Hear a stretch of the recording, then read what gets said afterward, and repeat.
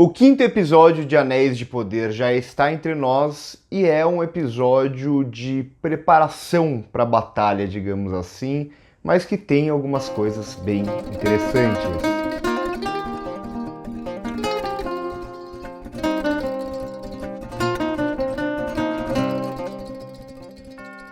Eu comentei no vídeo passado que eu não ia falar mais nos vídeos sobre os comentários nos vídeos anteriores, falando mal da série, esse tipo de coisa, mas aqui eu acho que vale a pena porque não são comentários de ódio necessariamente, pelo menos não a maioria, mas eu vi muita gente não gostando da série porque não tá gostando dos diálogos, tá achando ela brega, tá achando ela até meio novelesca em certo sentido, esse tipo de coisa. E eu até entendo, em certo sentido, porque muita gente não está gostando da série por esses e alguns outros motivos. Tem muito a ver com fazer audiovisual atualmente, eu acho que vale um comecinho para falar sobre isso, que é até uma das coisas que, pelo contrário, eu mais gosto na série até aqui. É um pouco de beber até na fonte do que os filmes lá do Peter Jackson fizeram, por mais que sejam universos diferentes de outras produtoras, etc. Mas tem muito o aceitar a fantasia de braços abertos mesmo, o que vai contra o que Hollywood tem feito atualmente. Eu já fiz até um vídeo inteiro no quadro Discutindo Cinema aqui no canal sobre isso, como atualmente todos os filmes têm que ser, filmes e séries têm que ser realista, tudo tem que ser hiperlógico, não importa que é fantasia, não. Por como que aquilo aconteceu, aquilo não faz sentido na vida real, os diálogos têm que ser realistas, esse tipo de coisa, essa falsa noção de realidade que o cinema tem vendido cada vez mais e o público tem acreditado e tem esperado cada vez mais por causa disso também. Vi até muita gente comparando a série com A Casa do Dragão e esse tipo de coisa, que é uma comparação que para mim não faz nenhum sentido. Tô gostando das duas, não tô comparando aqui se uma é melhor que a outra, mas A Casa do Dragão vai muito por essa lógica de Hollywood atual, de fazer tudo de uma forma mais sóbria, digamos assim, fazer tudo até de uma forma um pouco mais escura para parecer mais real, enquanto Anéis de Poder não tem nem um pouco essa pretensão e, como eu disse, isso é o que eu mais gosto na série. Sim, os personagens falam com voz impostada, tem frases de efeito, parece até meio infantil em certo sentido, tudo é hiper iluminado, esse tipo de coisa, mas é justamente essa a proposta da série. E qual é o problema? E aí eu sinto que muita gente não tem gostado por vários motivos, mas um deles é justamente essa ideia de que atualmente Hollywood tem rejeitado muito essa fantasia mais aberta, tem rejeitado muito tudo aquilo que não soe como real e lógico. E essa série ela vai justamente por esse caminho que pessoalmente eu tenho gostado bastante. Eu acho que falta atualmente esse tipo de fantasia. É uma coisa que eu sempre falo, não comparando mais uma vez a série com os filmes do Peter Jackson. A série foram só 5 episódios, a gente tem que esperar muita coisa ainda.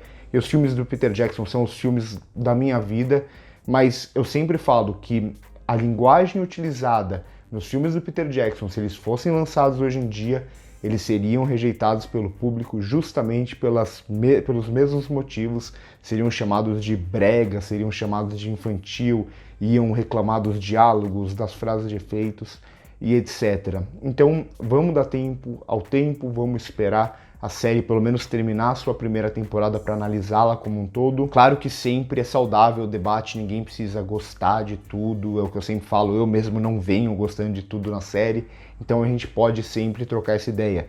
Mas se você não está gostando por esses motivos que eu falei, para um pouco para pensar, vamos debater, porque muitas vezes a gente não gosta de alguma coisa não porque aquilo não é bom, mas porque não é o que a gente espera ou porque a gente não está acostumado com aquele tipo de coisa. Então aqui, por mais que seja uma série muito cara, eu acho que ela vai muito contra aquilo que Hollywood vem fazendo e isso pode parecer estranho para muita gente atualmente. Nesse sentido, ela até parece mais com aquilo que era feito no começo dos anos 2000. E o que eu falei que ela também traz muito dos elementos dos filmes do Peter Jackson, sim, ela tem uma identidade própria, mas ela ainda traz algumas coisas lá dos filmes do Peter Jackson. A gente vê aqui na trilha sonora, nas canções, então tem a canção ali da amiga da Nori no começo, que ela começa a cantar, que aquilo é muito dos livros do Tolkien, mas também que o Peter Jackson conseguiu trazer muito bem naqueles filmes e que aparece aqui de novo. Ou a própria figura do Balrog aqui, né, que aparece rapidamente, mas é um Balrog que é exatamente igual àquele que a gente viu na Sociedade do Anel e também um pouco ali nas Duas Torres, que é até um pouco diferente do que eram os Balrogs nessa época nos livros do Tolkien. Então eu gosto de como ele vai trazer elementos do livro, ele vai trazer elementos também do Peter Jackson e ainda assim a série vai conseguindo trazer a sua identidade própria. Como eu disse, eu pessoalmente tenho gostado bastante, por mais que esse episódio seja o episódio mais parado, digamos assim, o episódio de preparação para essa batalha. Até por isso eu vejo muito como um episódio que se constrói nessa lógica de falar sobre essa luta contra o mal, e o que é uma luta sempre muito difícil, principalmente nesse universo. Nesse sentido, mais uma vez, eu acho que volta muito à ideia dos filmes do Peter Jackson, de você juntar ali 11 seres e lutar contra o mal que vai dominar aquela Terra-média. Aquilo é muito difícil, você tem que acreditar, vai precisar de heroísmo. E é isso que esse episódio vai falar muito bem. Então aqui, até como única cena realmente de ação que a gente vai ter é ali aquela, que é até meio rápida, da Galadriel lutando com os caras e conseguindo sair de todos eles, todo esse lance da leveza dos elfos, que é muito interessante e que eu gosto muito de ver aqui como é encenado, que vem muito, isso vem muito do wuxia, né, que é aquele gênero de fantasia e artes marciais e kung fu, que eu sempre falo de filmes como O Tigre e o Dragão, Herói, Clã das Adagas Voadoras, etc., que tem muito esse lance da leveza, que é algo sobre-humano até, que a pessoa fica muito mais leve, e tem tudo a ver aqui com os elfos. Então eu gostei de ver um pouco do cinema oriental aqui representado, ainda que não claramente, mas tem referências muito claras aqui na Galadriel se movimentando, o jeito dela se movimentar, quase como se ela estivesse dançando, como se ela estivesse flutuando, lutando contra todos aqueles caras. A única cena de luta, mas que eu achei muito, muito legal mesmo. E aí, como eu disse, o episódio ele vai se focar justamente em muitos diálogos e nessa tentativa de vencer o mal das mais diversas formas, todas elas são muito difíceis. Então a gente vai ter aqui, por exemplo, primeiro episódio, se eu não me engano, que tem todos os núcleos que estão sendo trabalhados ao mesmo tempo, né?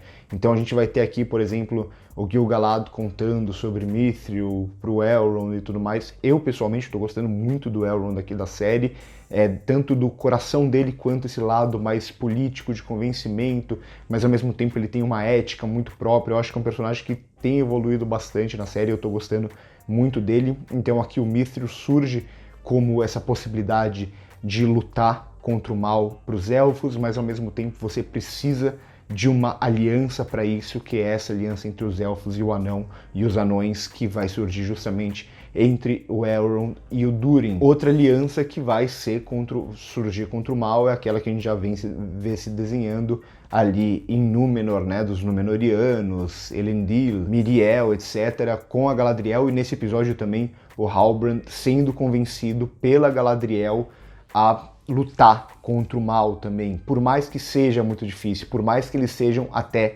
boicotados dentro da casa deles, com aqueles que deveriam ser aliados deles, como por exemplo aqui o Pharazôn e etc., aquele boicote, a tentativa de destruir os navios, esse tipo de coisa. Então nunca é um caminho fácil lutar contra o mal, principalmente nesse mundo de Senhor dos Anéis, nesse mundo da Terra-média e etc. E a gente vai ver isso até no próprio Isildur aqui, que é mais um que tem esse ímpeto dentro dele, como ele começa a se descobrir, como ele quer entrar nessa luta, ele quer fazer aquilo que é certo. Eu acho que tudo isso fica muito representado no diálogo da Galadriel com o Halbrand, que eu acho que eram dois personagens que não estavam tão bem resolvidos até agora na série, e esse diálogo dos dois é realmente muito bom. Ele vai falar justamente sobre essa luta, sobre esse heroísmo, até sobre a Galadriel se abrindo finalmente para ele e falando que os próprios amigos dela não estavam reconhecendo ela mais. Ela quase que não estava se reconhecendo.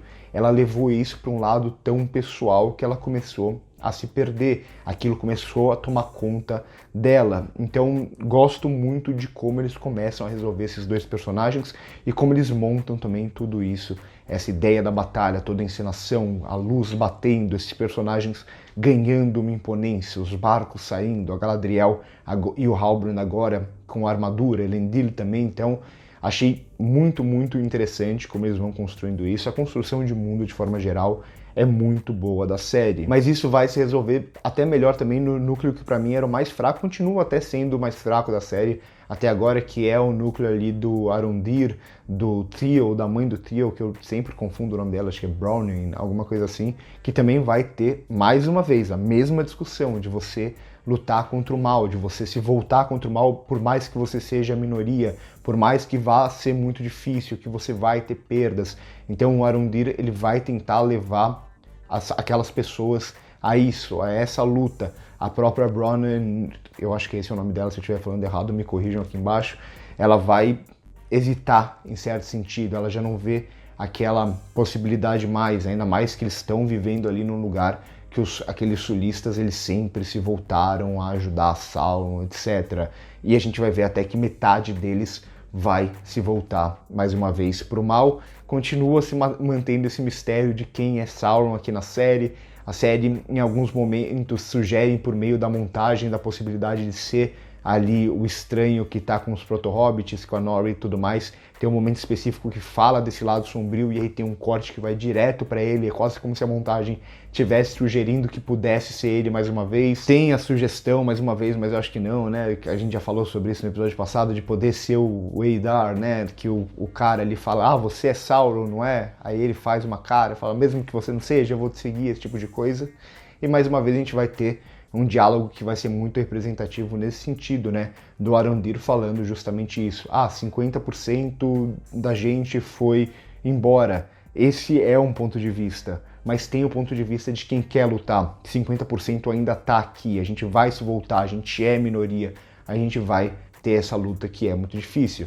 E a gente vai ver isso até em uma medida um pouco menor com o núcleo ali dos Proto-Hobbits, que inicia o episódio de uma forma muito fascinante. Mais uma vez, visualmente eu acho muito interessante como eles vão trabalhar isso, e até o momento que eles usam mais planos longos para mostrar como essa jornada ela é difícil, ela é longa, e eles vão demorar muito tempo e a estrada parece que não acaba nunca. E mais uma vez, vão surgir problemas no caminho, eles vão ter que se voltar contra esse mal de alguma forma, por mais que essa ajuda, aquilo que eles acreditam que seja bom, eu pelo menos não tenho certeza. O estranho tem momentos que eu acho que ele pode ser bom, que ele pode ser um mago, que ele pode ser o Gandalf, tem outros momentos que eu falo, ele pode ser um Balrog, ele pode ser Sauron, ele pode ser qualquer coisa, e a série ela vai mantendo esse mistério de forma muito interessante. Então a Nori fala no começo do episódio, você é bom, e ele fica, eu sou bom, eu sou bom. E aí em determinado momento ele começa a congelar ali e a gente fala, acho que não é tão bom assim, então a gente nunca sabe, e eles vão mantendo esse mistério aqui no episódio. Mas de forma geral eu gosto como o episódio, mais uma vez, ele vai trabalhar sobre o mesmo tema durante todos esses núcleos aqui que a gente vai passar, e todos esses, com exceção um pouco dos Proto-Hobbits, tudo bem, a gente pode encarar a jornada deles quase como uma luta contra as adversidades e tal, mas tirando esse núcleo, os outros 3 núcleos têm esse lado de se voltar contra o mal, se voltar contra uma batalha, ou usar o lado até mais do diálogo, a união das raças, para poder conseguir Mithril para salvar os elfos, e aí mais claramente, tanto no núcleo do Arondir quanto no de Númenor, se voltar para a batalha de uma forma mais física, se preparar fisicamente, vestir a armadura, empunhar a arma para começar a tentar essa luta. Então volto mais uma vez, o que é a trilogia do Peter Jackson e os livros do Tolkien, se não isso? Aqui a série ela vai, principalmente nesse episódio, por mais que seja esse episódio mais cadenciado, mais de diálogos, de forma geral, ela vai justamente naquele tema que interliga todas as obras, tanto do Tolkien quanto das adaptações do Tolkien, essa união, esse se voltar contra o mal, fazer o certo, mesmo que seja o caminho mais difícil. Então por hoje é isso, curte o vídeo se gostou, se inscreve no canal se ainda não é inscrito, comenta aqui embaixo o que vocês acharam do episódio, o que vocês acharam do vídeo, se vocês concordam ou discordam de mim, na questão inicial também, se vocês concordam ou não. Educação, gente, é sempre que eu peço, não precisam concordar comigo, mas falar numa boa para a gente poder trocar essa ideia. Primeiro comentário fixado tem as nossas outras redes sociais. Curte o vídeo se gostou, se inscreve no canal se ainda não é inscrito. Por hoje é isso aí. Corta.